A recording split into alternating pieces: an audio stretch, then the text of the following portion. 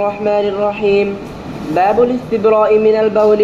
وبه قال حدثنا زهير بن حرب وهناد قال حدثنا وكيع قال حدثنا الأعمش قال سمعت مجاهدا يحدث عن طاووس عن ابن عباس رضي الله عنهما قال مر النبي صلى الله عليه وسلم. بسم الله الرحمن الرحيم. باب الاستبراء من البول.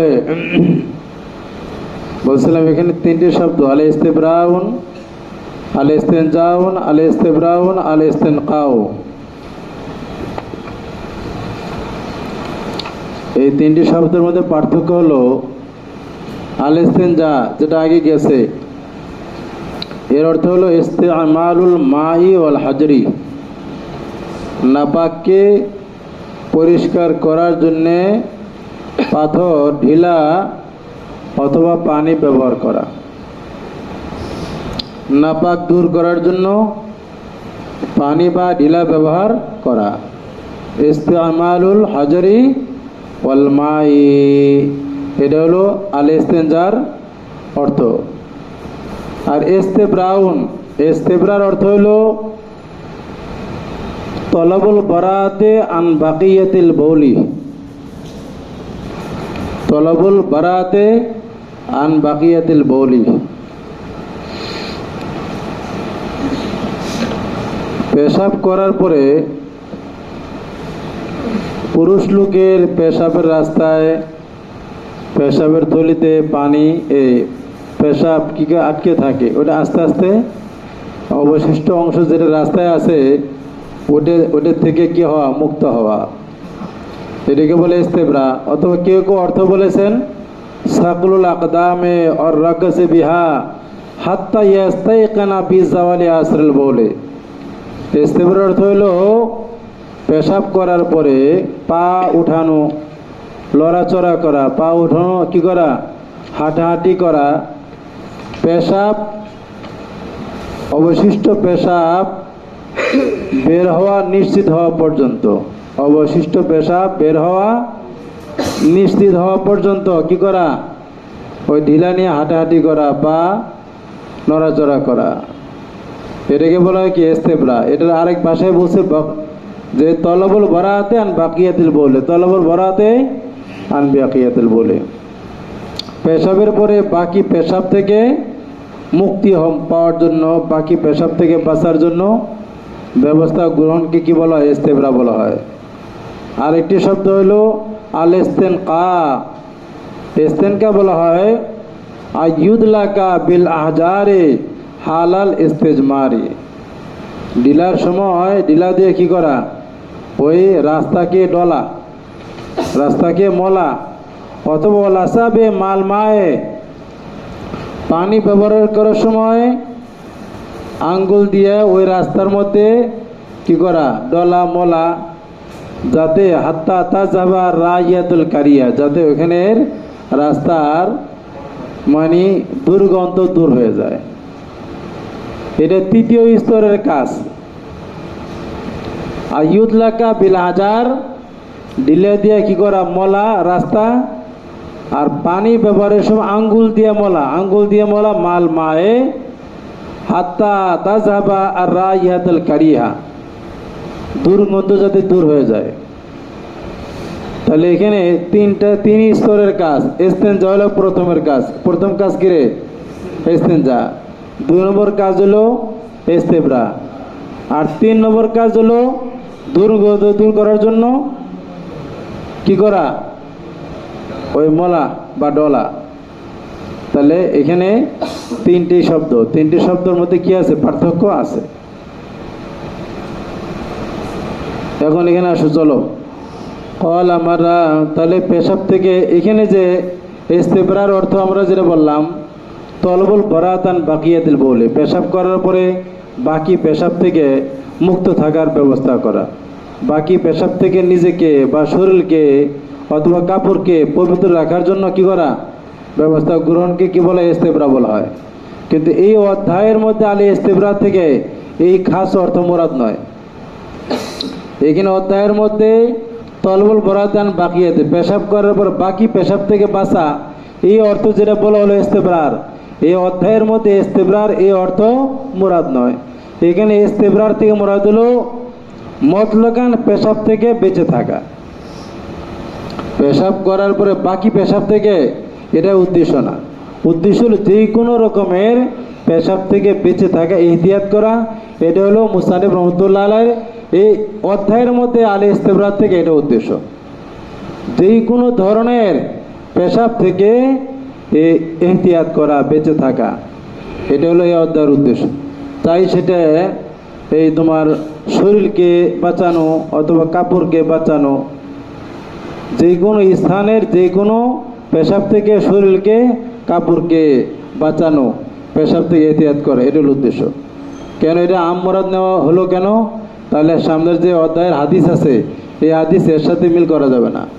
সামনে হাদিসের মধ্যে আছে, এখানে এই উল্লেখ নাই যে বাকি পেশাব থেকে বাঁচা।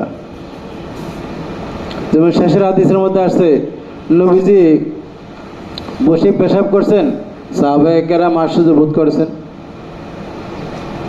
কথা বুঝছো কিনা? তাহলে এই যে ইস্তেবরা যেটা বললো, এই অধ্যায়ের মধ্যে আমভাবে পেশাব থেকে বেঁচে থাকা উদ্দেশ্য। এই জন্য এখান থেকে একটি কথা, এটাও এই অধ্যায়ের অন্তর্ভুক্ত হবে যে বাঁচতে গেলে দাঁড়িয়ে পেশাব করা ঠিক হবে না, বসে পেশাব করতে হবে। যেহেতু এখানে পেশাব থেকে এহতিয়াত করার বিষয় আসছে, তাহলে এহতিয়াত যেভাবে হবে সেটা লক্ষ্য রাখতে হবে তোমার। তাহলে এহতিয়াত হলো কোথায়? বসে পেশাব করার মধ্যে। সুতরাং বসে পেশাব করতে হবে। এখান থেকে ইস্তেবরার থেকে এই বসে পেশাব করাও এটা প্রতীয়মান হলো। এই জন্য এই অধ্যায়ের শেষের হাদিসের মধ্যে বসে পেশাব করার কথা উল্লেখ আছে। অথচ ওখান থেকে বাহ্যিক বাকি পেশাব থেকে বাঁচার কোনো কথা উল্লেখ নেই, তার বসে পেশাব করার কথা উল্লেখ আছে। তার বসে পেশাব করাটাও কি ইস্তেবরার একটি বিষয়। এহতিয়াতের জন্য বসে পেশাব করা দরকার হয়। এই জন্যে মুসান্নিফ এই অধ্যায়ের পরে বাবুল বৌলে কায়েমান, দাঁড়িয়ে পেশাব করার অধ্যায় আনছে।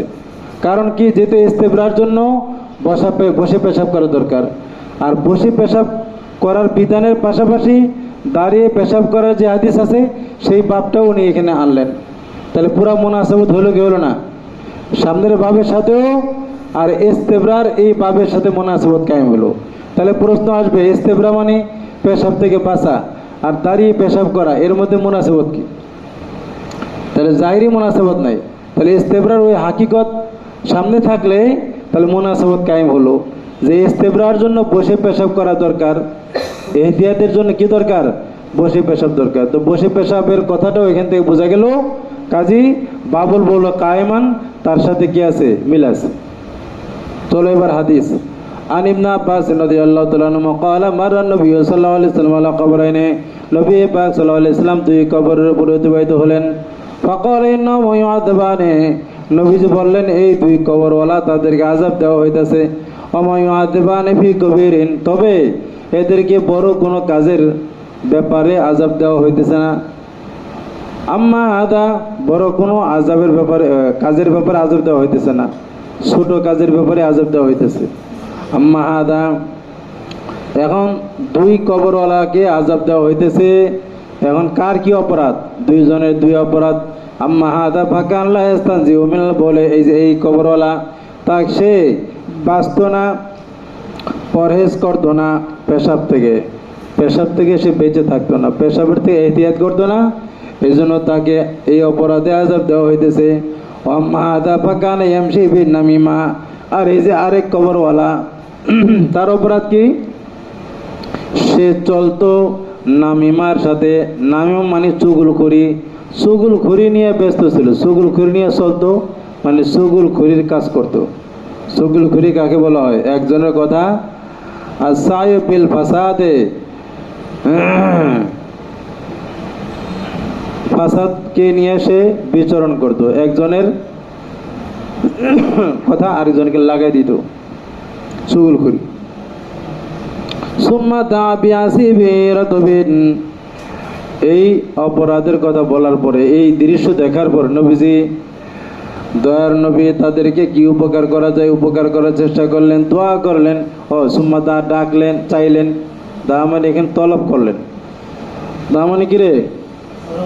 উপস্থিত সাহাবাদেরকে বললেন, তলব করলেন, বিআসি বি রতবিন, একটি ভিজা খেজুর গাছ ডাল, এই ভিজা তাজা খেজুর গাছের ডাল নিয়ে আসো।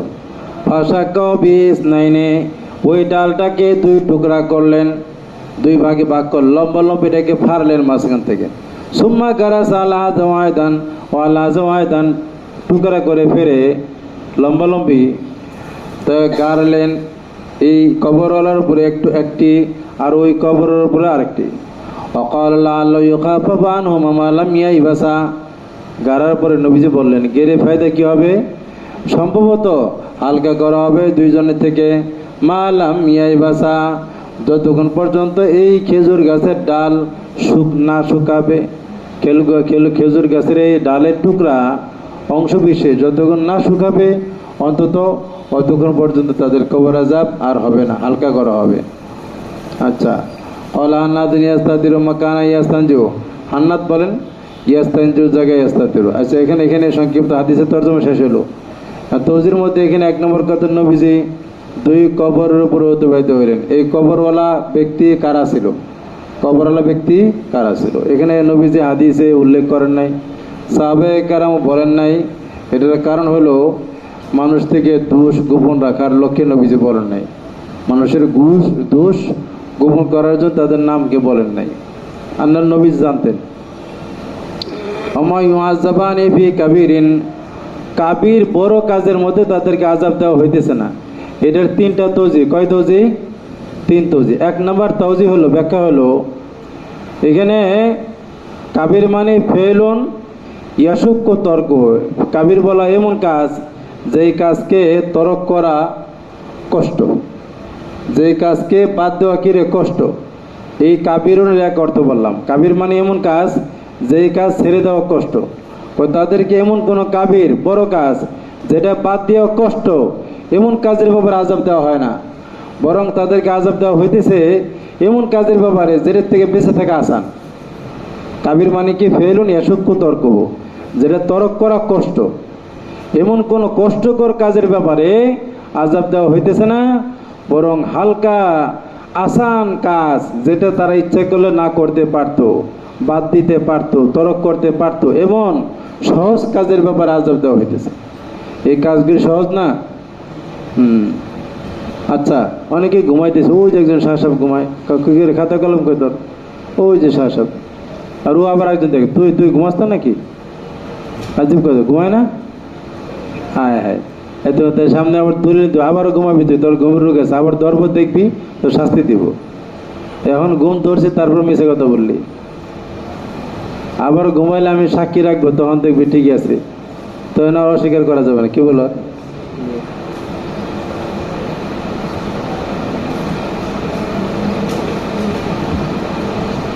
ঠিক আছে, তাহলে এগুলো এক তৌজি। আর 2 নম্বর তৌজি হলো, কাবীর মানি হলো আমায়ুআযাবানি ফি কাবীরিন, আই কাবীরিন ফি সূরাতে, কাবীরুন ফি সূরাতে, আকৃতিতে বাহ্যিকে কোনো বড় কাজে আযাব দেওয়া হয় না, কিন্তু সে গুনাহের মধ্যে কবির। গুনাহের মধ্যে কি? সূরাতান কাবীর নয়, কিন্তু গুনাহ হিসেবে কি? কাবীর। গুনাহ হিসেবে কাবীর। বড় গুনার মধ্যে, কবিরা গুনার মধ্যে আযাব দেওয়া হইতেছে, কিন্তু সূরতের মধ্যে কি না? বাহ্যিকে সেটা কবিরা গুনাহ না। চুগলখুরি মানুষ করতে থাকে, বাহ্যিকে মনে হয় যে সাধারণ। যা পেশাব থেকে বাঁচা, এটা মানুষ মনে করে যে এটা কোনো বড় কাজ না। দেখবে প্রায় কিন্তু না, আমাদের কিন্তু নামাজ ধরতে হবে, তাড়াতাড়ি পেশাব করে একটু ই করে তোমার পানি নিয়ে দৌড় দিলাম, কিন্তু দৌড় দিয়ে উজু করে তুমি গেলা, উজু করতে মসজিদে যেতে যেতে তোমার কি হয়ে গেছে? এই পেশাব বেরিয়ে গেছে। অনেক এরকম হয়, তাহলে বললাম দেখবা খেয়াল করে। পেশাব, ওই যে বাকিয়ে পেশাব ইস্তেবরা করতে হলে তোমার 2-4 মিনিট সময় লাগবে। ওটাকে হাঁটাহাঁটি করতে হবে, অথবা ওই লিঙ্গকে তোমাকে ডলাডলি করতে হবে, নাড়াচাড়া করতে হবে, আস্তে আস্তে ওইটা কী হয়?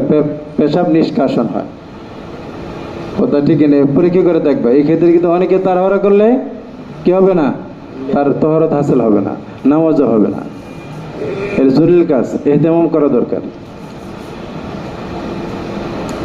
3 নম্বর ব্যাখ্যা হইল ওমা ইউআযিবানি ফি কাবীরিন ফি ইতিকাদিহিমা, কাবীর ফি ইতিকাদিহিমা, তাদের বিশ্বাস অনুযায়ী বড় কাজে আযাব দেওয়া হয় না।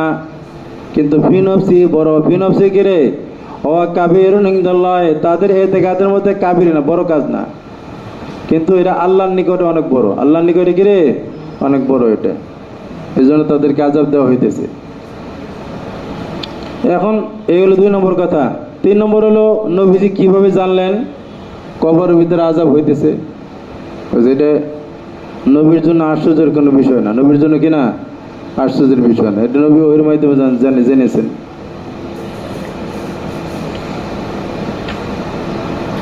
গেল ক্বালা হান্নাদুন ইয়াস্তাতিরু মাকানা ইয়াস্তানজিহু। আমাদের আবু দাউদ রহমতুল্লাহ আলাইহির একটি অভ্যাস হলো, কোন একটা হাদিস যদি উনি একাধিক উস্তাদ থেকে শোনেন, তো একাধিক উস্তাদের হাদিস একই সনদে বয়ান করেন। একাধিক উস্তাদের হাদিস কি করেন, দুনো উস্তাদকে একই সনদে বয়ান করেন। বয়ান করার পরে তারপরে উস্তাদের বর্ণনার মধ্যে যদি কোনো ব্যস্কম থাকে সেটাকে হাদিসের শেষে বয়ান করে দেন। এখানে দেখো এই হাদিসটা আবু দাউদ রহমতুল্লাহ আলাইহি 2 জন উস্তাদ থেকে উনি হাসিল করেছেন। হাদ্দাসানা জুহাইর ইবনে হারবিন ওয়া হান্নাদুন ক্বালা, তাহলে ইমাম আবু দাউদের 2 উস্তাদ, একজন হলো জুহাইর আর একজন হান্নাদ, পেয়েছো নাকি? 2 হাদিস এক সনদে বয়ান করছে। শেষে গিয়া উনি ওই উস্তাদের বর্ণনার মধ্যে একটু পার্থক্য আছে সেটা দেখাই দিলেন। আগের বর্ণনা যেটা আছে সেটা হলো জুহাইরের বর্ণনা। আগের বর্ণনা কি রে? জুহাইর হুজুরের বর্ণনা। এখন হান্নাদ উস্তাদ তিনার বর্ণনা একটু বেশ কম আছে, সেটা বলবো। ক্বালা হান্নাদুন ইয়াস্তাতিরু মাকানা ইয়াস্তানজিহু, হান্নাদের রাওয়ায়াতের মধ্যে ওই লা ইয়াস্তানজিহুর জায়গায় কি আছে? লা ইয়াস্তাতিরু শব্দ আছে। লা ইয়াস্তাতিরু মানে তখন অর্থ হবে ও पर्दा नहीं करते थे, सुतरा नहीं करते थे, ये पेशाब और अपने पेशाब और ये जसद के दरमियान, শরীর এবং পেশাবের মাঝখানে পর্দা করতো না সে। তাহলে পর্দা করতো না মানে কি? অর্থাৎ পেশাব থেকে এহতিয়াত করতো না, পেশাব থেকে বাঁচতো না, এহতিয়াত করতো না। তাহলে লা ইয়াস্তানজিহু আর লা ইয়াস্তাতিরু দুইটির মর্ম একই হলো, একই হলো কিনা? আচ্ছা চলো, আচ্ছা আর বিষয় হলো, ঠিক আছে কথা আরো আছে এখানে আরো কথা রয়ে গেছে, একটা জিজ্ঞেস করছে, বলতাম সামনে, তো এখানে বলে ফেলি। এই যে 2 জন ব্যক্তি, যে 2 জনের আযাব হইতেছে, এই 2 জন কি কাফের না মুসলমান? এই নিয়েও মুহাদ্দিসিনদের মতভেদ আছে। আবু মুসাল মাদিনী রহমতুল্লাহ আলাইহি উনি বলেন এই 2 জন এরা কাফের ছিল। আবু মুসাল মাদিনী বলেন এরা কাফের ছিল। উনি আবার দলিল দিয়েছেন, এক হাদিসের মধ্যে আসে, এক বর্ণনায় হালাকা ফিল জাহিলিয়াতে, হালাকা ফিল জাহিলিয়াতে, দোসনিয়া হালাকা ফিল জাহিলিয়াতি, যেই 2 জন জাহিলি জমানায় মারা গেছে। তাহলে জাহিলি জমানায় যেহেতু মারা গেছে তাহলে বোঝা গেল কাফের ছিল। কিন্তু লাকিন্নাহু যঈফুন, এই যে এই রাওয়ায়াত আবু মুসাল মাদিনী যে রাওয়ায়াতের ভিত্তিতে কাফির বলেছেন, এই রাওয়ায়াতটা যঈফ রাওয়ায়াত। কারণ এই রাওয়ায়াতের মধ্যে একজন রাবি আছে ইবনে লাহিয়া, তিনি যঈফ। এই রাওয়ায়াতের একজন রাবি ইবনে লাহিয়া, তিনি যঈফ। আচ্ছা গেল। আর ইবনে আত্তার উনি বলেন যে এরা মুসলমান ছিল, এই 2 কবর কি ছিল? মুসলমানের কবর ছিল। ইবনে হজর আসকালানী রহমতুল্লাহ আলাইহি এটাকে তারজিহ দিয়েছেন যে মুসলমান ছিল। এই কবরের যে কবর যে ভিতরে যে লোক তারা কি ছিল? মুসলমান ছিল। ইবনে মাজার মধ্যে আসছে, এর তাইদে হাদিস পেশ করা যায়। ইবনে মাজার শরীফের মধ্যে হাদিস আসছে মাল্লা আলা কবরাইনে যদি দেয়নে। ইবনে মাজার এক হাদিসের মধ্যে আসছে কি? মাররা আলা কবরাইনে যদি দেয়নে, নবীজির নতুন 2 কবরের উপর অতিবাহিত হলেন। নতুন 2 কবর মানে ইসলামী যুগের কবর, কথা ঠিক কিনা? অথবা মুসনাদে আহমদের মধ্যে আছে মাররা বিল বাকিয়ে, নবীজি জান্নাতুল বাকিতে অতিক্রম করতেছিলেন, তখন এই ঘটনা ঘটছে। জান্নাতুল বাকির মধ্যে যাদের দাফন করা হয়েছে এরা মুসলমান, বুঝো নাই? এবং এরকম আরো রাওয়ায়াতের মধ্যে আছে যে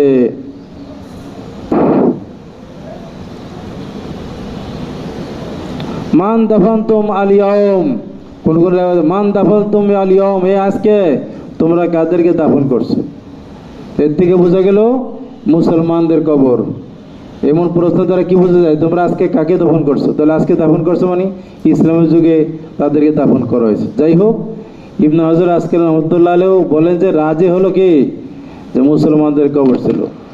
আচ্ছা, গেলে এই একটা কথা। আর দুই নম্বর হলো লাল্লাহু ইউখাফাফু আনহুম মা লাম ইয়াইবাসা।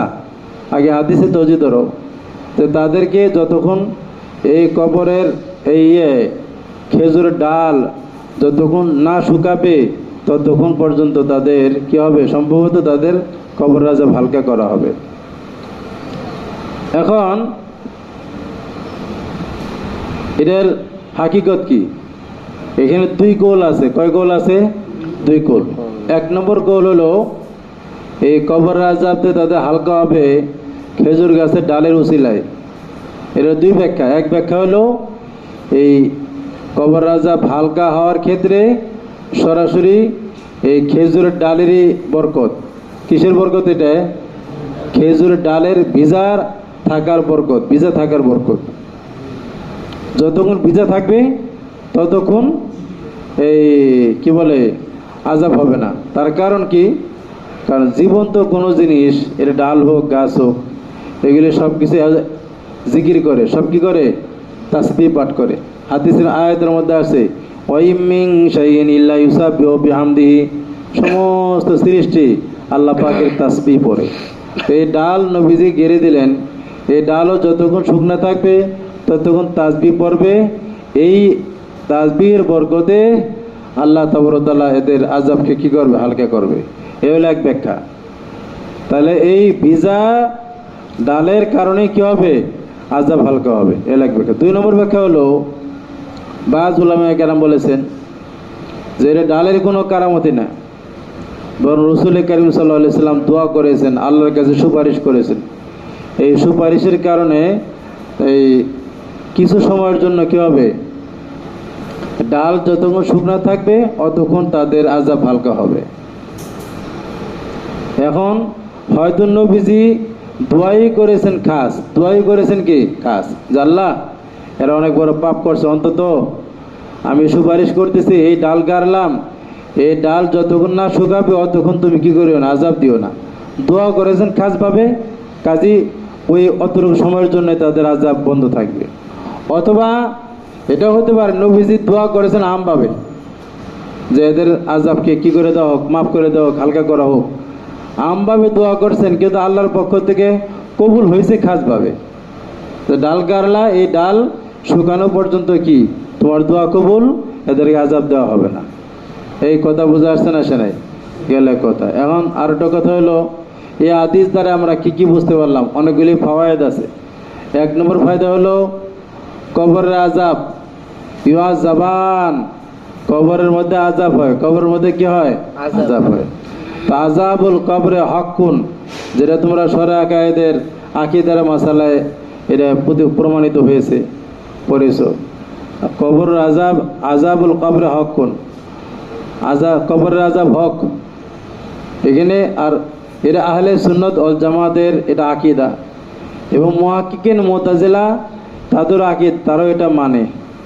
মুতাজিলা যারা মুহাক্কিকিন তারাও মানে যে আযাবে কবর হক। তবে কিছু বাস মুতাজিলা তারা কবরের আযাবকে অস্বীকার করে।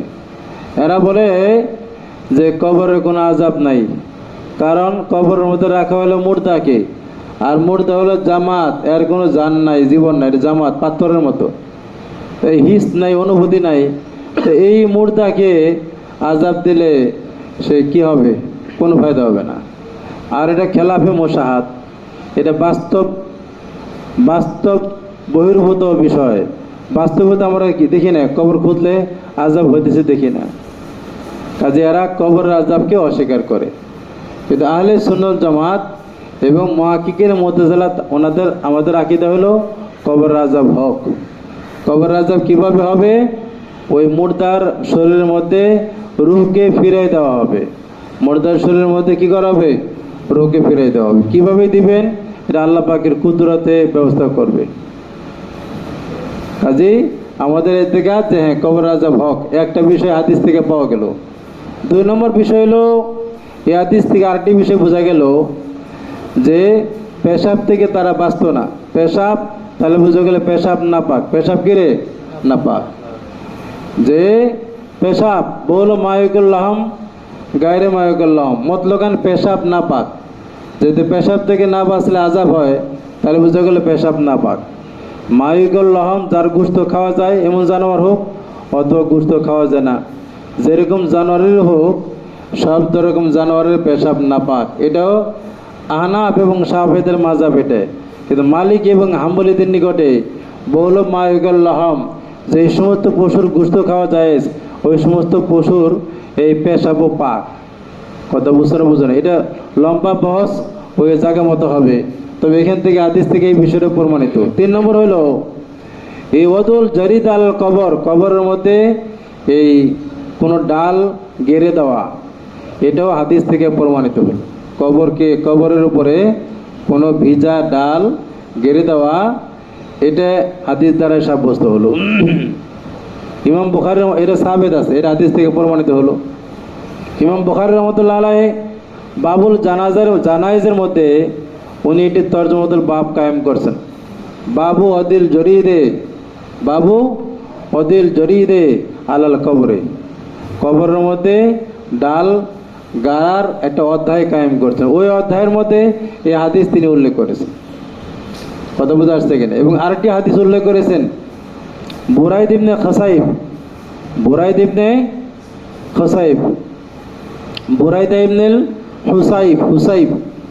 বুরাইদা ইবনুল হুসাইব রাদিয়াল্লাহু তাআলা আনহুর হাদিস ওখানে উল্লেখ করেছেন যে বুরাইদা ইবনুল হুসাইব রাদিয়াল্লাহু তাআলা আনহু ইন্তেকালের সময় তার আত্মীয় স্বজনদের ওসিয়ত করে গেছেন যে আমি ইন্তেকালের পরে কবরের উপরে একটি ডাল গাড়িও, 2টি ডাল গাড়িও, কি করিও? 2টি ডাল গাড়িও ওসিয়ত করে গেছেন। এই জন্য ইমাম বুখারীর নিকট এটা সাবিত আছে এবং ফুতোয়ে শামের মধ্যেও এই ডাল গাড়াকে জায়েজ বলেছেন। তবে শুধু খাত্তাবি উনি এটার উপরে ইশকাল করেছেন, অনেক বিভিন্ন ইশকাল করে এটাকে বাতিল বলে সাব্যস্ত করেছেন। তবে ইবনে হাজার আসকালানি রাহমাতুল্লাহ তার জবাবও দিয়েছেন। তো সারমূল কথা হলো এটা সাবিত আছে, এটা কেউ আমল করলে আমল করতে পারে, জায়েজ আছে। আচ্ছা চলো। وبه قال حدثنا عثمان بن أبي شيبة قال حدثنا جرير عن منصور عن مجاهد عن ابن عباس رضي الله عنهما عن النبي صلى الله عليه وسلم بمعناه قال كان لا يستتر من بوله وقال أبو معاوية يستنزئه।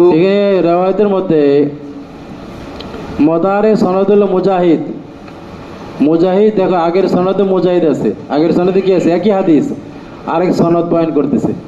আগের যে হাদিস এখানে মুজাহিদের শাগির্দ হলো আমশ, পেয়েছো প্রথম হাদিস, আর এখানে মুজাহিদের শাগির্দ কি? মনসুর। তাহলে মুজাহিদের 2 শাগির্দ, একজন আমশ আর একজন মনসুর।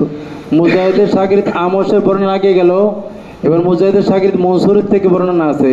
মনসুর রাওয়ায়াতের মধ্যে একটু সেটা উল্লেখ করে আন মুজাহিদিন আন ইবনে আব্বাস আন নবী সাল্লাল্লাহু আলাইহি ওয়াসাল্লাম বিমানাহু। তবে ব্যাসকম হলো কি, মানে এই সনদ কেন উল্লেখ করলেন? মনসুর আর আমশের রাওয়ায়াতের মধ্যে, অর্থাৎ ওই মুজাহিদের 2 শাগির্দ আমশ এবং মনসুর, এই 2 জনের রাওয়ায়াতের মধ্যে পার্থক্য কি? পার্থক্য হলো মুজাহিদের শাগির্দ আমশ, প্রথম যেটা উল্লেখ আছে ওইখানে দেখো আমশের রাওয়ায়াতের মধ্যে মুজাহিদ এবং সাহাবী ইবনে আব্বাসের মাঝখানে ওয়াসিতা আছে তাউসের। মুজাহিদ এবং ইবনে আব্বাসের মাঝখানে কি আছে রে? ওয়াসিতা আছে। কে আছে? তাউস আছে। আর এই সনদের মধ্যে মুজাহিদ এবং ইবনে আব্বাসের মাঝখানে কি নাই? তাউসের ওয়াসিতা নেই। আন মুজাহিদ আন ইবনে আব্বাসিন, পাইলা বেশকম পাইলা কিনা? তাহলে সনদ 2 রকমের, এটা বোঝানোর উদ্দেশ্য না। এখন প্রশ্ন আসে সনদ 2টা, তাহলে সহি কোনটা?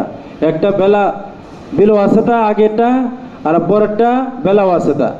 এখন বিল ওয়াসিতা বেলা ওয়াসিতা এই 2 সনদ এটা পাইলাম আমরা, এখন সহি কোনটা? বলে সহি 2টাই। সহি কি? 2টাই সহি।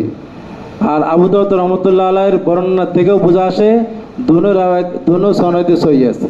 কেন? কারণ মুজাহিদ হাদিসটি 2 ভাবেই ইবনে আব্বাস থেকে শুনেছেন। ইবনে আব্বাস থেকে প্রথমে তাউসের অসাতে শুনেছেন, পরবর্তীতে মুজাহিদ আবার এই হাদিসটি ইবনে আব্বাস থেকে সরাসরি শুনেছেন। তাহলে দুইটাই সহি আছে এবং বুখারী রহমতুল্লাহ আলাইহি এই দুনো সনদ থেকে হাদিস নিয়েছেন। তাহলে বোঝা গেল দুইটাই সহি আছে। এই কথা বোঝা আসছে কিনা? ক্বালা কানা লা ইস্তাতিরু মিন বাউলিহি, এই কলার ফাইল মনসুর, কলার ফাইল কি মনসুর, বলেন লা ইস্তাতিরু মিন বাউলিহি, হলো শেষ।